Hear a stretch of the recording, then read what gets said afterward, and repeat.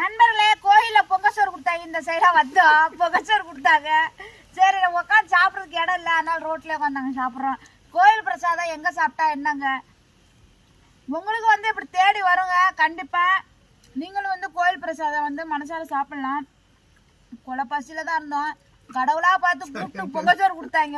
ரோட்ல ஏதோ பூஜை பண்ணாங்களா, கூட வந்து தேங்காய் கொடுத்தாங்க, முன்னாடி வாழைப்பழத்தை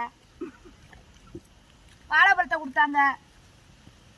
போதுண்டா, எதுக்கு அத்தை கூட எடுத்துட்டீங்க?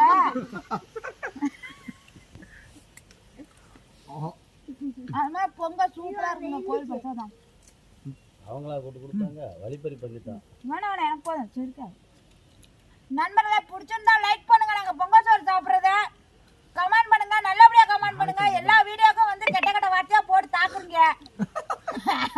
எங்களால வந்து ஒண்ணும் மீளவே முடியல. பொங்கல் சோறு சாப்பிட்றதா ஒரு நல்ல கமெண்ட் வந்து சாமி என்ன சாமி சோறு நாங்க சாப்பிட்றோம். இன்னொரு விஷயம் பாத்தீங்கன்னா, இதுல நீங்க கெட்டாத பண்ணா உங்க அம்மா உங்களே தானே தாக்கு அந்த மகமாயி. ஆமா சொல்லிட்டு நல்லபடியா கமெண்ட் போடுங்க. அவ்வளவுதான். ரைட்ரா.